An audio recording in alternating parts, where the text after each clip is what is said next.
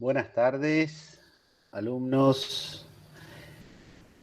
Hoy vamos a empezar a trabajar la unidad 3, que es la dimensión estratégica, donde vamos a tener el tema de las herramientas que vamos a usar para desarrollar la investigación. Lo que les pido es que prendan las cámaras, es una cuestión de respeto, ¿no? Ya que estamos en la clase, por lo menos en forma virtual, tengámosla con la cámara encendida.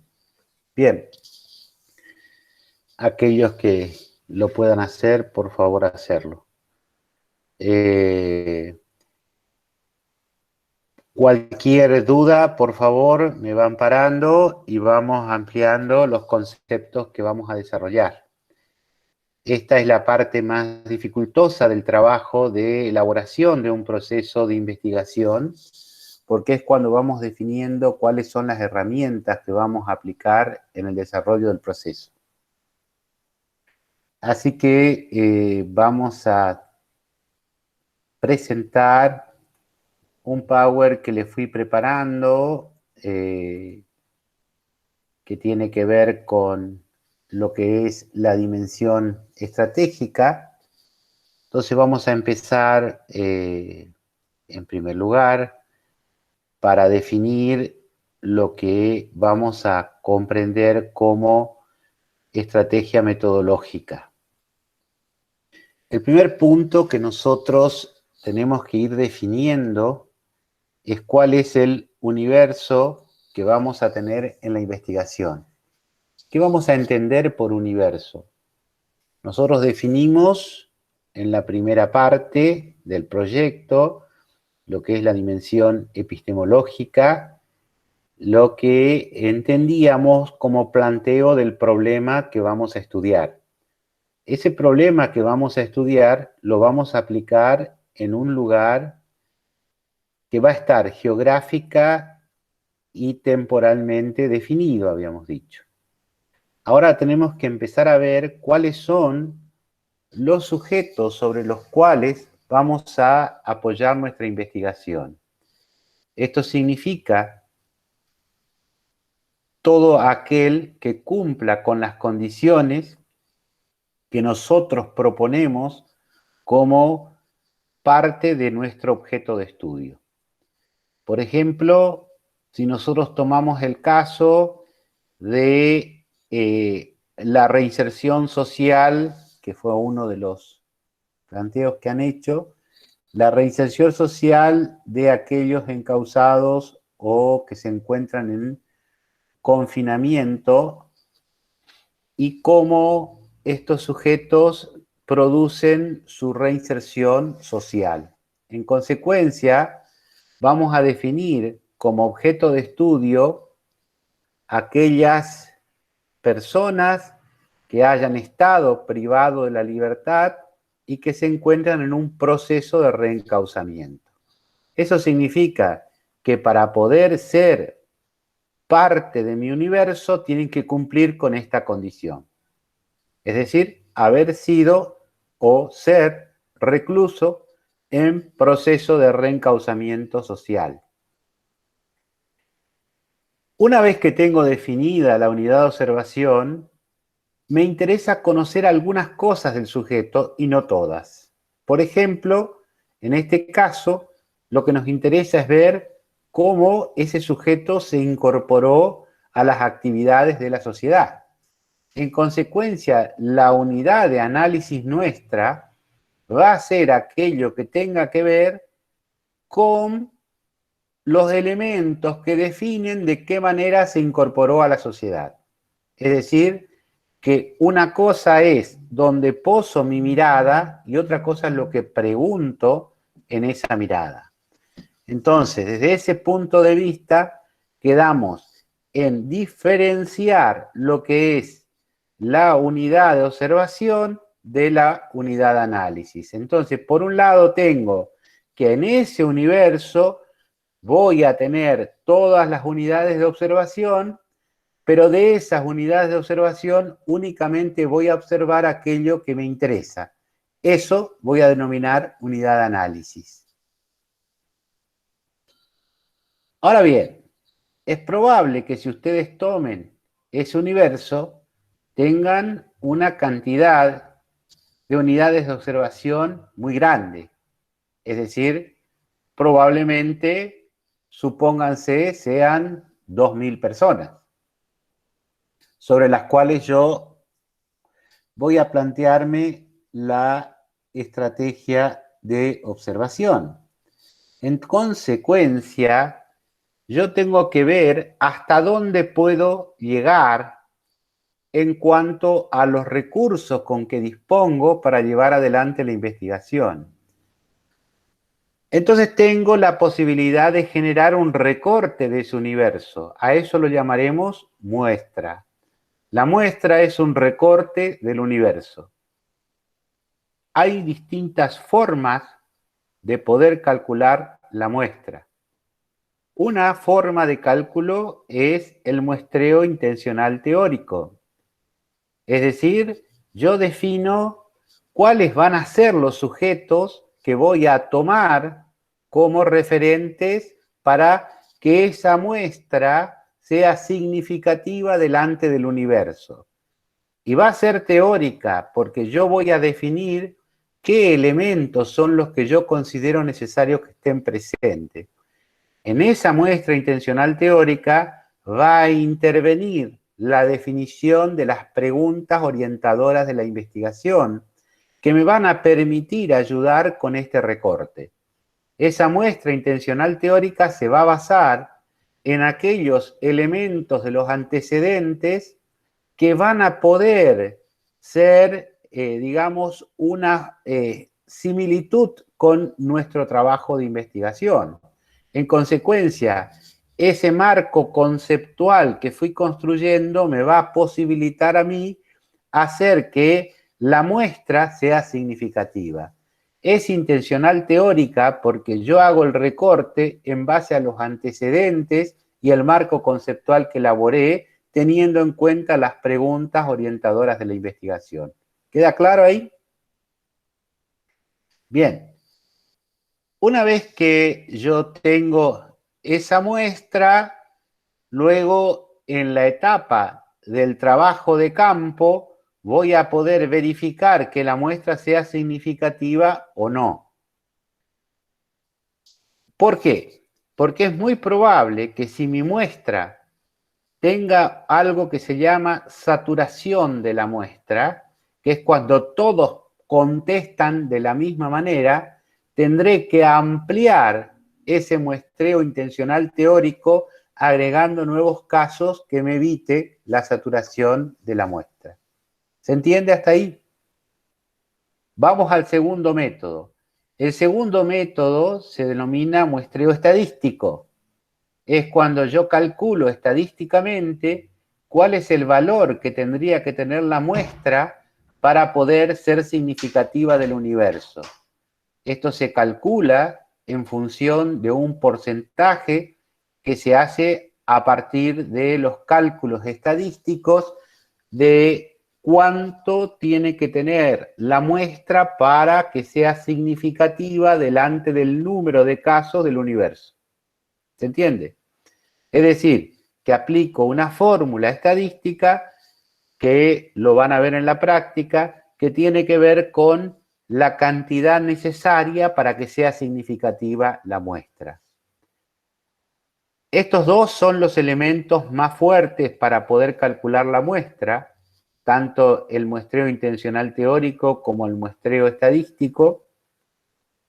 Hay otros tipos de muestreos que toman las dos cosas, que son mixtos y que tienen que ver con la posibilidad de poder tomar, por ejemplo, una muestra aleatoria, es decir, cuando yo estoy tomando de cada 100 casos del universo 2 casos como muestra, y es aleatoria porque no estoy definiendo más que aspectos que tengan que ver con ciertas características. Por ejemplo, si ustedes van a hacer un muestreo en un barrio, Entonces, por ejemplo, pueden poner un muestreo aleatorio de tomar 2 casas de por medio. O, por ejemplo, tomar una casa de cada manzana. Y de esa manera van armando el universo de estudio. Como algunas veces la muestra no posibilita hacer esta cuestión que tiene que ver con una casa por manzana o de alguna manera otra forma podría ser que no coincidan la inicial del apellido. Es decir, que yo tomo casos concretos y tomo una muestra aleatoria que tenga que ver con una letra del apellido para cada caso, ¿ya? Es decir, que son muestreos que en realidad lo que tratan es de no repetir en esa frecuencia las mismas condiciones que le he puesto. Es decir, este muestreo aleatorio tiene la dificultad de que nunca se tiene certeza de si hay una verdadera representatividad de la muestra delante del universo. Pero muchas veces cuando los casos son tan grandes, lo que hacemos nosotros es tratar de acotarlo presentando una muestra que sea significativa y obviamente lo hacemos aleatorio porque no hay otro elemento teórico que nos posibilite trabajar en un muestreo intencional teórico. O no nos permite generar, por ejemplo, una validación estadística porque en estos casos no sabemos dónde se pueden localizar, por ejemplo, en el tema que habíamos hablado, los reencausados en la sociedad, ¿ya? En esos casos, entonces, muchas veces me veo como obligado a tomar solamente aquellos casos que son posibles. En consecuencia, si yo tengo identificado un número de casos suficiente, ese muestreo pasa a ser aleatorio porque es lo que hay disponible. Bien, entonces tenemos 4 elementos que tenemos que considerar. El universo y su muestra, la unidad de observación y la unidad de análisis. Como ven, yo tengo que empezar definiendo mi unidad de observación para poder definir el universo. Y tendré que confirmar dentro de ese universo qué cantidad de casos son los que voy a adoptar en función de poder definir una muestra para mi estudio. La unidad de análisis es central, porque si yo no tengo en claro la unidad de análisis, todos los elementos que vienen posteriormente no los voy a poder construir en forma adecuada. La unidad de análisis es la que me permite establecer qué datos tengo que construir a partir de la información relevada. Bien. Una vez que tengo definido estos elementos, tengo que decidir qué tipo de diseño de la investigación tengo que aplicar.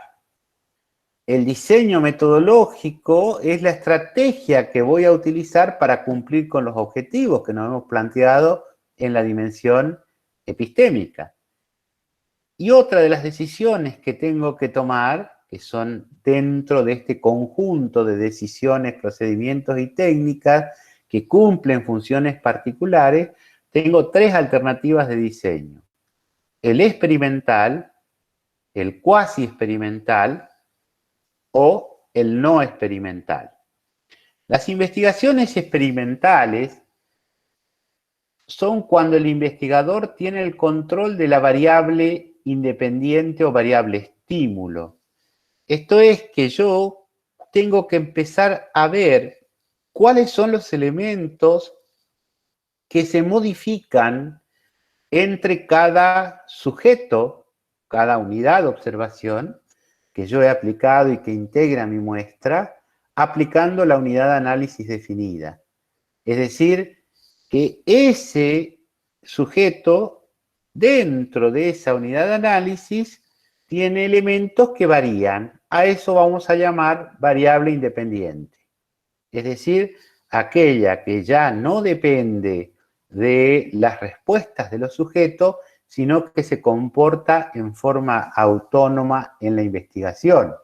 Es decir, que el sujeto puede responder cualquier tipo de cuestión que le cabe en función de la pregunta que le hagamos. Estas variables son independientes porque no dependen de otras, sino que dependen únicamente del sujeto. Y esto puede hacer variar la forma más apropiada que se dé para cumplimiento de los objetivos. De igual manera, también nos puede controlar la conformación de grupos de observación o de grupos de discusión o grupos de debate, que ya vamos a ver qué son, que se necesita para el estudio.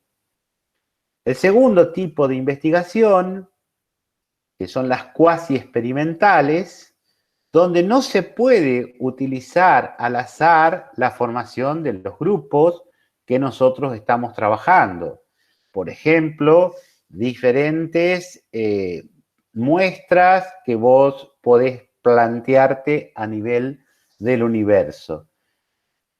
Y luego tenemos las investigaciones no experimentales que pertenecen a todo lo que son las ciencias sociales, que es fundamentalmente aquellas que vamos a aplicar nosotros en el área donde estamos trabajando, que es la encuesta social, el estudio de casos, el estudio de cohortes, la observación estructurada, la investigación-acción participativa y la investigación evaluativa, que son diferentes modelos que están dentro de este tipo de investigación que se aplican fundamentalmente en las ciencias sociales. Muchas de estas investigaciones no experimentales entran dentro de la perspectiva cualitativa. En consecuencia, vamos a comprender lo que es lógica de investigación cualitativa cuando el marco de observación y de análisis está orientado por la formulación previa de hipótesis o anticipaciones de sentidos y preguntas que nos hemos planteado. Estas preguntas pretenden de alguna manera, a partir de la anticipación de sentido que formulamos, anticipar cuál va a ser el comportamiento de la realidad objeto de estudio en nuestro caso, ¿no? Se busca, en primer lugar, la recuperación de la subjetividad como un espacio propio de la construcción de la vida humana, la reivindicación de la vida cotidiana como escenario básico para comprender la realidad sociocultural, la intersubjetividad y el consenso como vehículos para acceder al conocimiento válido de la realidad humana. Es inductiva, o mejor, cuasi inductiva. Su ruta metodológica se relaciona más con el descubrimiento y el hallazgo que con la comprobación o la verificación de una anticipación de sentido que hemos hecho. Todo aquello que atañe a lo social y lo humano siempre tiene un anclaje en la unidad de observación que ustedes tomen. Y esa unidad de análisis puede incluso verse modificada en función de las características que tiene ese ser humano o ese ser social que estamos trabajando. Otra característica es que es holística. El investigador ve el escenario y a las personas en una perspectiva de la totalidad. No puede disociar, como veíamos en la dimensión epistémica, este sujeto del escenario donde se actúa. Por eso tiene un anclaje temporoespacial que me permite a mí ubicar en ese escenario a la unidad de análisis específicamente. Las personas, los escenarios o los grupos no son reducidos a variables, sino que se consideran como un todo integral que obedece a una lógica propia de organización, de funcionamiento, de significación. Es decir, que nosotros podemos trabajar algunas variables, es decir, aquello que se va a modificar de sujeto a sujeto, pero siempre es una mirada integral. Es decir, vamos a comprender el funcionamiento de la variable en la medida que la posicionemos dentro de ese escenario o de ese conjunto de personas que habitan en ese territorio con las condiciones de contexto que correspondan. Es interactiva y reflexiva, es decir, que nosotros vamos a ir generando el proceso para implementar nuestra investigación y la reflexión que vamos haciendo puede volver a reformular algunos aspectos que ya hemos trabajado anteriormente en la dimensión epistemológica o propiamente en esta dimensión estratégica. Los investigadores, de hecho, son sensibles a los efectos que ellos mismos causan sobre las personas que son objeto de su estudio. Ustedes pueden formular cierta pregunta y esa pregunta puede hacer reflexionar al sujeto y construir su respuesta ya desde un lugar diferente al que inicia el trabajo de investigación.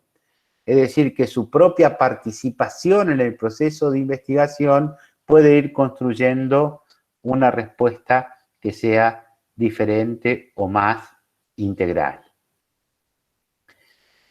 Entonces, queda claro el tipo de investigación que ustedes tienen que definir, ¿no? Generalmente nos vamos a ubicar en el tercer tipo de investigación con la lógica cualitativa. ¿Por qué? Porque vamos a trabajar con sujetos que son humanos y sujetos que son, por otro lado, sociales. Es decir, que esa persona va a vivir en una sociedad y esa sociedad va a imponerle condiciones a ese sujeto para que reaccione de determinada manera ante las preguntas que nosotros vayamos haciéndolo. La verdad es que no entiendo que no haya aparecido todavía ninguna pregunta. Es como que, bueno, vamos caminando y todo el mundo, después empiezan los gritos y pataleos a la hora que haya que elaborar el trabajo, ¿no?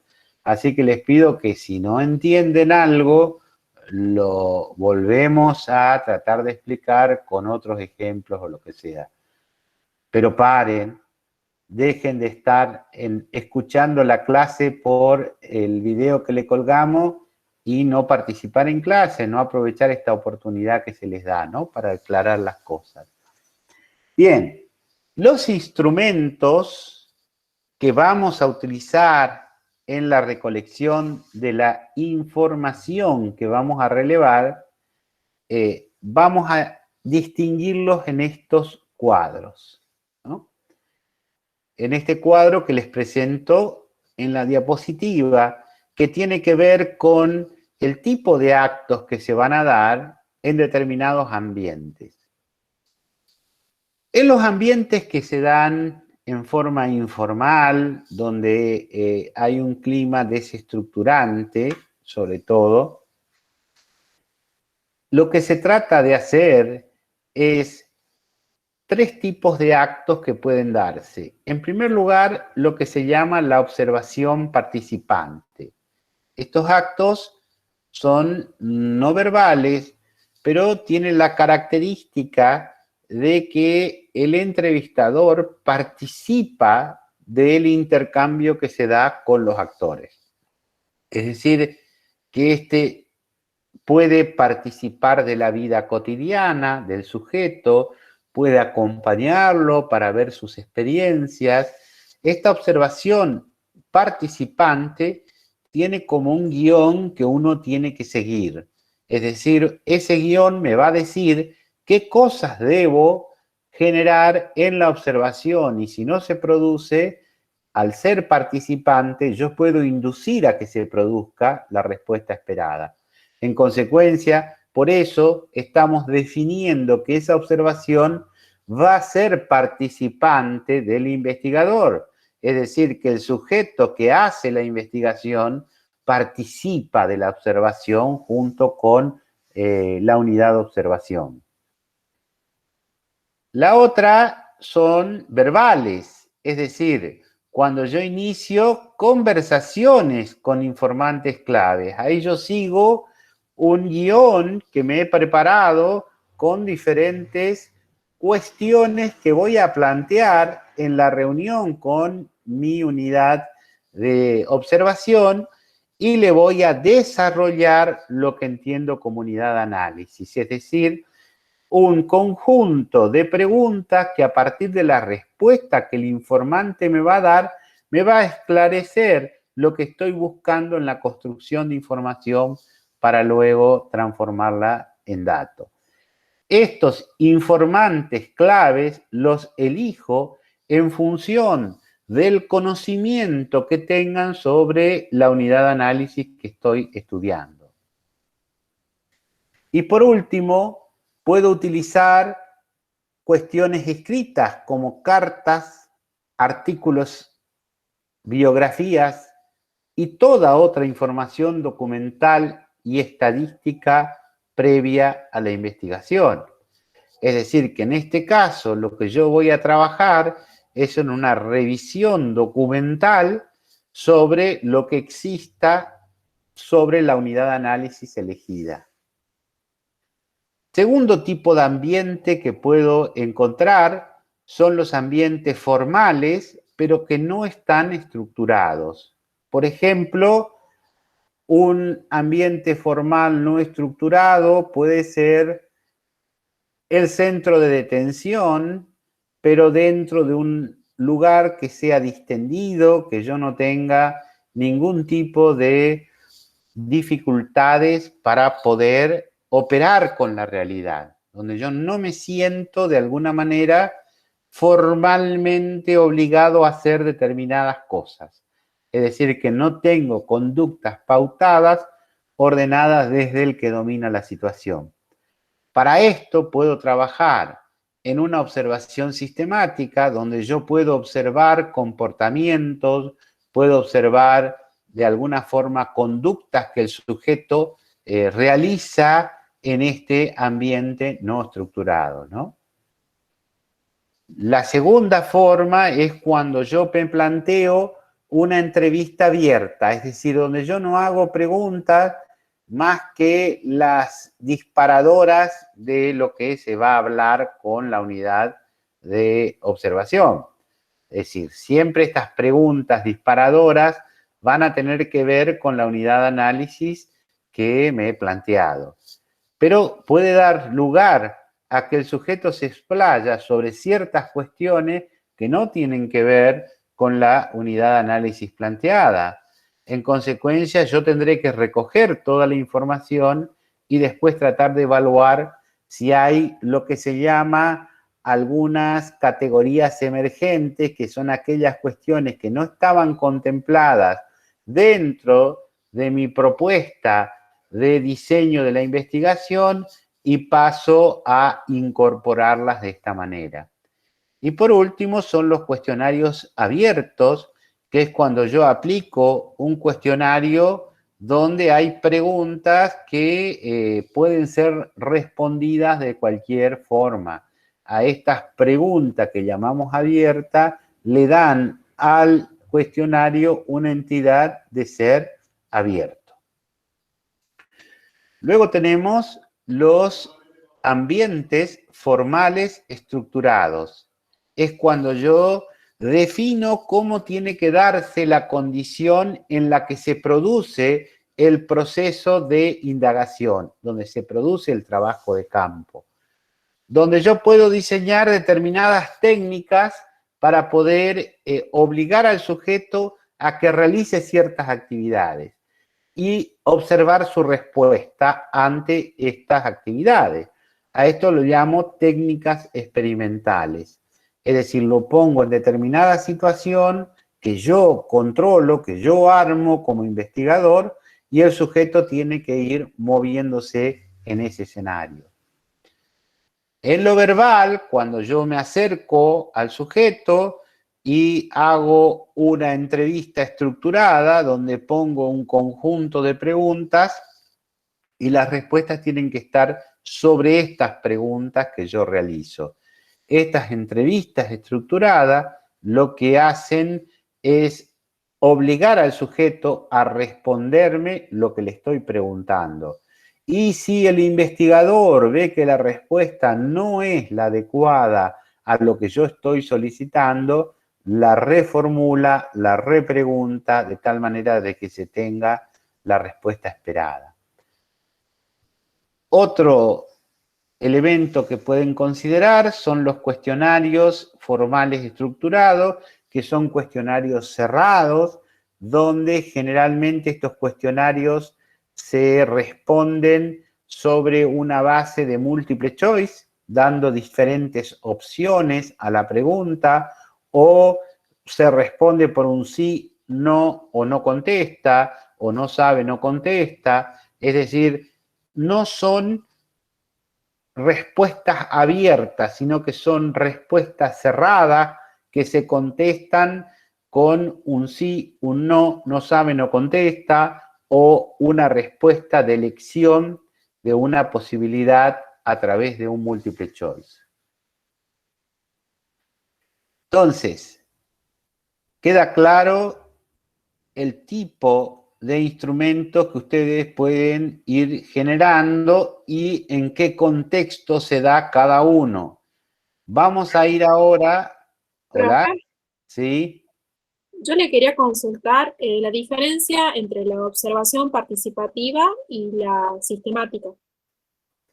A ver, una observación participativa es cuando vos estás trabajando con el sujeto que estás observando. Entonces estás haciendo una observación pero participando de la actividad. Una observación tiene que ser una mirada sobre lo que se está experimentando en el momento de dar una respuesta a la acción. Por ejemplo, si vos te dicen, bueno, a ver, vamos a observar cómo reacciona ante la violencia, y vos lo ponés en una situación de violencia y vos sos parte como investigadora de esa violencia. Cuando vos estás hablando de una observación sistemática, estás hablando de una sucesión de observaciones. Es decir, que automáticamente vas a generar los mismos procesos y los vas a ir observando.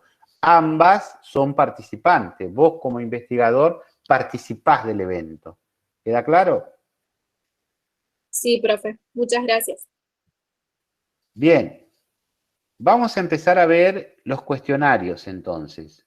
Un cuestionario es un conjunto de preguntas que van a surgir de aquello que yo quiero indagar.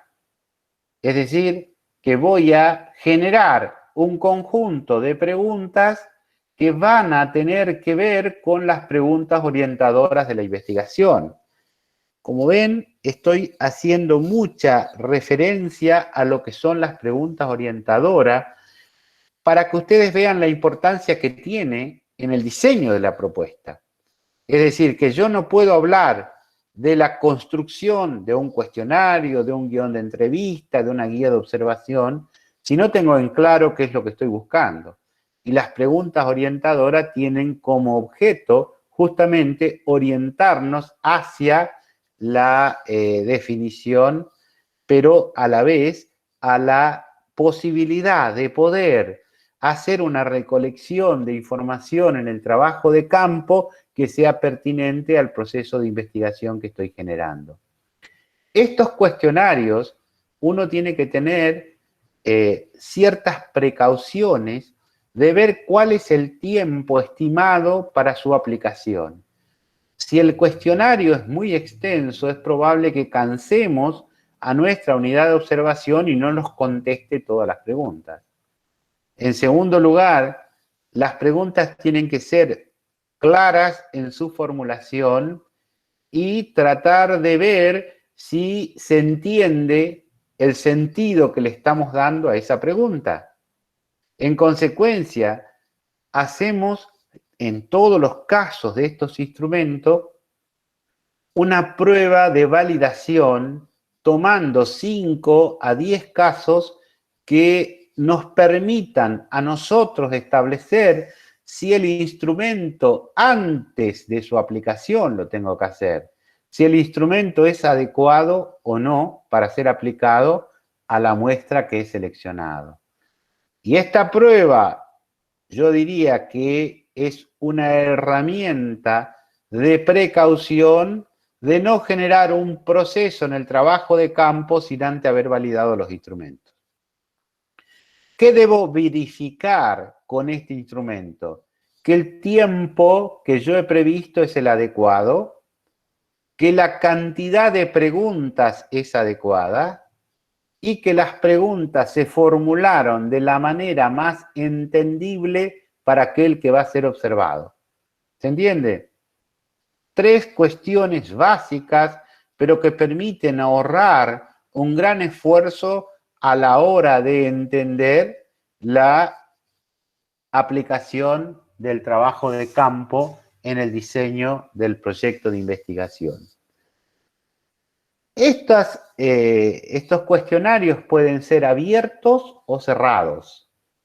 Se entiende que el cuestionario es cerrado cuando tiene respuestas acotadas y a selecciones que puedan ser múltiples o selecciones únicas. Es decir, que el sujeto pueda responder a 2 o 3 posibles respuestas y tener en cuenta que esto va a incidir en la forma en que vamos a contabilizar esas respuestas.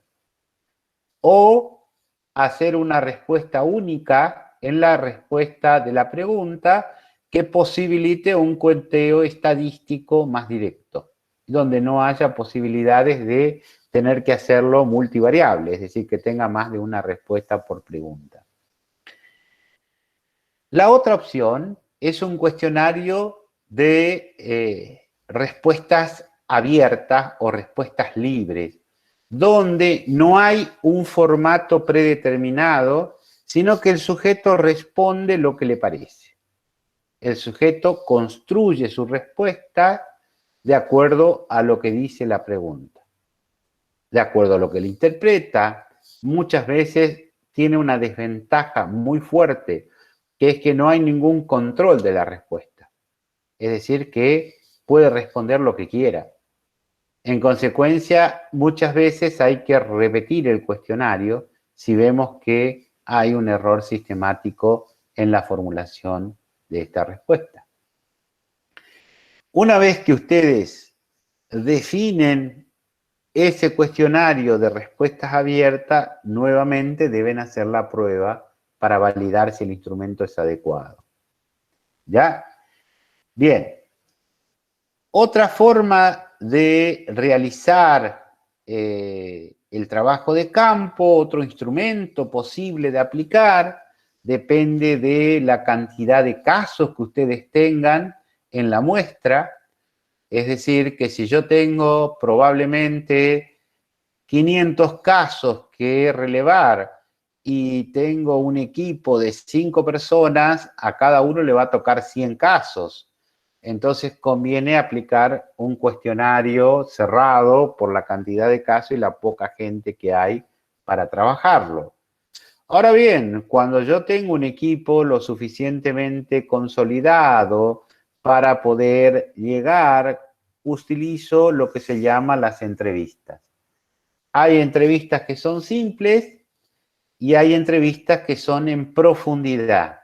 Las entrevistas simples son respuestas a un guión de la entrevista que sea sintético y que busque más la cantidad que la calidad de la información que voy a recoger. Cuando estoy hablando de una entrevista en profundidad, ya es como que yo me planteo una entrevista sin tiempos. Es decir, una entrevista que el sujeto va a responder y va a conversar sobre la respuesta sin tiempos. Es decir, que yo no puedo en este caso estimar la duración de la entrevista en profundidad. Lo que busca la entrevista en profundidad es una mayor profundización de las respuestas a partir de las repreguntas que salen del guión que yo me he preparado. es muy probable que haya preguntas en ese guión que yo las he formulado muy cerradas, muy hermenéuticas, es decir, que yo solamente la entiendo y el sujeto probablemente no lo entienda. En consecuencia, quizás tenga que hacer 2 o 3 formas de elaborar la pregunta para poder darse a entender con el sujeto que me está respondiendo. ¿Se entiende esto? Entonces, tenemos entrevistas simples y entrevistas en profundidad. Las simples son aquellas entrevistas cortas, con respuestas más bien acotadas, y las entrevistas en profundidad no tienen una temporalidad definida, sino que puede hacer un cálculo estimado que en función del tipo de tema que estoy abordando será posible o no para aplicarla, ¿no? Luego habíamos visto las observaciones participantes y las no participantes, creo que eso quedó claro. Las observaciones participantes es cuando el entrevistador forma parte del proceso de construcción de la respuesta, interactúa con el sujeto que se está observando y van de esa manera elaborando como una suerte de relato de lo que va sucediendo. La observación no participante, el investigador observa sin intervenir. Observa comportamientos, conductas, respuestas, etcétera, etcétera, y va elaborando una suerte de narración de lo que se va observando a lo largo del proceso. La observación participante corre el riesgo de no cumplir con la vigilancia epistémica, es decir, donde el propio investigador se involucra demasiado, lo cual genera como una suerte de contaminación del trabajo de campo. Es decir, que el investigador, al ser parte del proceso, como que va contaminando la respuesta de la unidad de análisis que esté aplicando, ¿no? Esto es importante que lo puedan delimitar, sobre todo en cuestiones que tienen que ver con la profesión del derecho, es decir, donde tiene que haber una cierta objetividad para poder generar una buena práctica profesional, ¿no? De todos modos, creo que es una de las herramientas más positivas que pueden aplicar dentro de un proceso de investigación. En cuanto a la técnica de análisis documental, es mucho más sencilla que las otras, donde ustedes van a apelar a 2 tipos de fuentes, digamos, ¿no? Una son las fuentes primarias, que son productos de la propia investigación, y otras son las fuentes secundarias que tienen que ver con el análisis documental. Vamos a entender como fuente secundaria aquella que ya ha sido procesada como información por otros investigadores. En consecuencia, cuando yo hago un análisis documental, análisis de bases de datos que ya están procesadas y tomo esos datos y los tabulo de la manera que a mí me convenga para mi proceso de investigación, o recojo otras investigaciones que existan sobre la temática y hayan publicado resultados. Es decir, que todo aquello que ya ha sido elaborado por otro, lo llamo fuente secundaria. Todo aquello que elaboro como parte de mi propio proceso de investigación, lo llamo fuente primaria. Aun cuando el trabajo que estoy interpretando venga del propio equipo de investigación, siempre va a ser primario. ¿Por qué? Porque se generó esa información en el propio proceso de investigación. En tanto que lo que venga de afuera del proyecto de investigación va a ser una fuente secundaria y tiene que estar validada. En el derecho ustedes van a trabajar muchísimo sobre fuentes secundarias. O sea, cuando ustedes tengan que hacer una fundamentación en base a diversos fallos, van a tener fuentes de datos secundarias. Es muy probable que la mayor parte de la elaboración lo hagan con fuentes secundarias y una parte sean datos primarios. Es decir, aquello que ustedes hayan generado a partir de una investigación propia, que también obviamente se puede dar, y en muchos casos en la profesión se va a dar de esa manera, donde al no haber fuente secundaria tendrán que apelar a realizar ustedes la investigación por sus propios medios y de esa manera poder elaborar un informe que sea adecuado a lo que se requiera. Bien, las técnicas experimentales son procesos donde ustedes realizan el diseño de acuerdo a lo que ustedes necesitan encontrar. Es decir, en muchos casos, sobre todo en la profesión de ustedes, la violencia aparece como un factor importante de considerar en algunos casos, ¿no? En consecuencia, si está presente la violencia, lo que yo puedo hacer es generar un experimento donde lo que pongo son condiciones de contexto para ver cuál es la reacción del sujeto. Es decir, cómo reacciona ante un hecho de violencia física, cómo reacciona ante un hecho de violencia virtual, otro cómo reacciona delante de una violencia simbólica, es decir, cómo puede reaccionar delante de diversas formas de la violencia. En consecuencia, si yo estoy midiendo la reacción del sujeto, evidentemente lo que va a lograrse con esa técnica experimental es registrar el tipo de reacción que cada sujeto presenta. Si yo quiero analizar, por ejemplo, las situaciones de abuso sexual en los niños, tengo la cámara Gesell, que no es otra cosa que una técnica experimental, ¿ya? Esa técnica experimental se aplica con ciertas condiciones de contexto que hacen que el niño pueda expresar las situaciones vividas, ¿no? Bien, como esto hay muchísimos casos donde ustedes pueden generar formas experimentales de poder armar un ambiente que pueda permitir la respuesta esperada del sujeto. A eso llamamos técnicas experimentales. ¿Estamos claros hasta acá? Miren que esto es el eje central del próximo trabajo práctico, ¿no? Son los elementos que ustedes van a tener que diseñar para la dimensión estratégica. Es decir, es armar todos los instrumentos que hacen a la preparación del proyecto. Bien. La otra cuestión que de hecho puede plantearse como una forma concreta de ir trabajando el campo es cómo voy a ordenar las secuencias temporales del trabajo de investigación.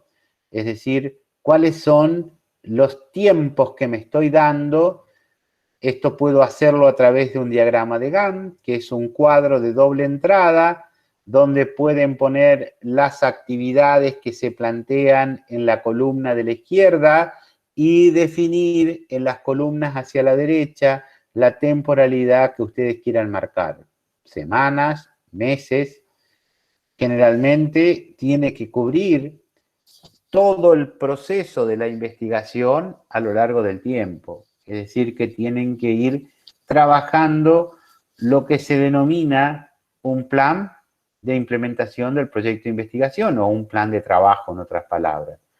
Ese plan de trabajo va a definir la secuencia temporal que voy a tener que tener en cuenta para desarrollar el proceso de investigación.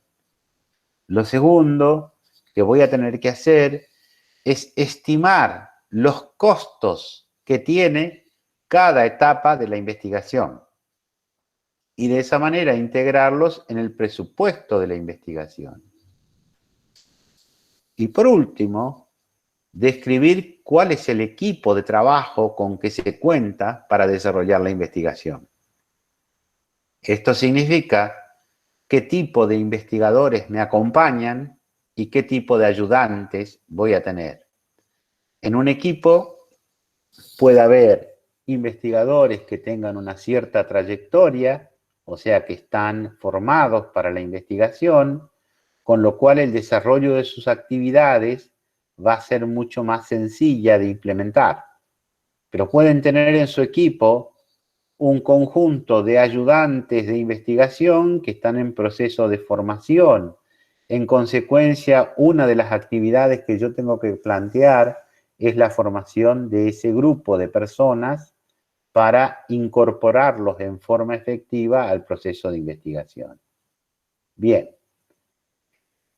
La última parte es la definición de cuáles son las variables y sus dimensiones. Como variable ya la definimos a la variable independiente. Pueden haber variables que son dependientes, es decir, aquellas variables que dependen del funcionamiento de otra variable, que es la variable independiente. ¿Cómo hacemos para medir estas variables? Y estas variables se miden a través de dimensiones. Es decir, las dimensiones van a tener una categoría que ustedes pueden definir a priori teóricamente. Por ejemplo, un comportamiento ante la violencia simbólica. Y bueno, y ahí tendrán que encontrar en la teoría los tipos de respuestas a la violencia simbólica que puede haberse registrado en los antecedentes, en el conocimiento disponible, o ustedes tendrán que establecer cuáles son las dimensiones que permitan medir esa variable. Es decir, que en esto depende del tipo de producción que encuentren en base a lo que se han planteado como objeto de estudio. Puede ser que existan, como puede ser algo totalmente nuevo y que no está contemplado. Y ahí van a aparecer dimensiones que son las que ustedes pueden llegar a conocer previamente, pero en el propio trabajo de ejecución del campo pueden haber variables o categorías emergentes, cosas que no las habíamos considerado en el diseño metodológico y que aparecen en ese momento. En consecuencia, las debo incorporar y es muy probable que eso me lleve a una redefinición del marco conceptual, es decir, buscar de alguna forma la acepción semántica que me permita describir esta categoría o variable emergente. ¿Estamos? Bien. No pretendo con esto que ustedes lo comprendan en su totalidad al diseño metodológico. No van a poder hacerlo hasta tanto no se pongan a escribirlo en base a lo que hicieron como trabajo práctico número 1. Es ahí donde se van a encontrar con la realidad de la producción que tienen que realizar. En consecuencia, eso les va a llevar a tener un conjunto de preguntas. Por eso las 2 próximas clases son prácticas. Entonces les pido que estén, que participen y espero que tengan la cámara abierta, no como ahora que tengo un conjunto de letras y caritas sonriente, cada una más en pose que otra, para ver alguien que supuestamente está ahí atrás. No creo que sea lo correcto, creo que se trata de una clase que podría ser muy similar a la presencial si todos cumpliéramos con el rol que tenemos que cumplir, que es mostrarnos tal cual somos y preguntar lo que necesitemos preguntar. ¿De acuerdo? Bien. ¿Alguna pregunta? Profe, yo tengo una pregunta. Quiero saber si me Ajá. entendí. ¿Por qué no prende su cámara? Digo. Porque no me funciona, profe, lo mío. Ah, bueno. La próxima, la solución. Ok. Profe, mire, yo tengo una duda. Usted cuando habló de universo, dijo que se trataba de la unidad de observación, puede ser, y que a Todos través, los, todos los sujetos que cumplen con la condición de ser observados. bien, y de acuerdo a esa unidad de observación es que vamos a definir la unidad de análisis. No, Y recién vamos a hacer un la muestreo. unidad, perdón. La Sí, unidad de análisis la definiste en la dimensión epistémica, cuando bien, vos decidiste qué cosas querés saber de ese sujeto. bien. La unidad de análisis es lo que vos querés conocer. La unidad de observación es la instancia física donde apoyás la mirada. Perfecto, profe. Y con respecto a la Sí. muestra, el muestreo teórico y el estadístico, ¿tenemos que hacerlo a ambos o podemos elegir uno de ellos? Pueden elegir y definirlo aleatoriamente, eso lo van a trabajar con Laura en la clase que viene, pero de todos modos lo que les quiero decir es que no se puede hacer un muestreo si no tengo en claro qué tipo de universo voy a tener. Entonces, primero tengo que saber un volumen de universo para definir qué tipo de muestra es la más conveniente. ¿Se Bien. entiende? Si Profe, yo y en el caso que no podamos llegar al sujeto de estudio específico, eh, en ese caso tendremos que llegar, por ejemplo, a las instituciones. Esa sería Bueno, nuestra pero observación. entonces el enfoque de la investigación cambia. O sea, lo que yo tengo que ver es qué tipo de investigación pretendo realizar.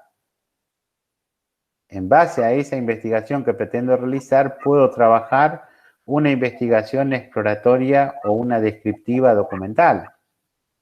Entonces, mi trabajo no va a ser un trabajo de campo, sino que mi trabajo va a ser una revisión de toda la información que pueda disponer de fuentes secundarias. Será una recorrida por las bibliotecas, las bases de datos existentes, etcétera, etcétera. Es decir, no todas las investigaciones van al campo. Y de hecho, en el campo del derecho, muchas de las investigaciones se reducen a la revisión de todos los fallos que existan sobre la temática, ¿ya? O toda la producción publicada de cómo se atravesó un proceso judicial en determinado caso, ¿ya? Sí, nosotros lo hemos abordado, profe, como usted dice, analizando todo, ¿no? Todos los antecedentes que encontramos, pero también íbamos a hacer algunas entrevistas a los institutos para observar si en la actualidad sigue ocurriendo lo mismo o hay alguna modificación. En ese caso, nuestro universo sería, Bueno, en ese caso yo defino que mi unidad de observación sigue siendo lo mismo, porque vos a estas personas le vas a preguntar sobre los sujetos, sí, no sobre ellos mismos.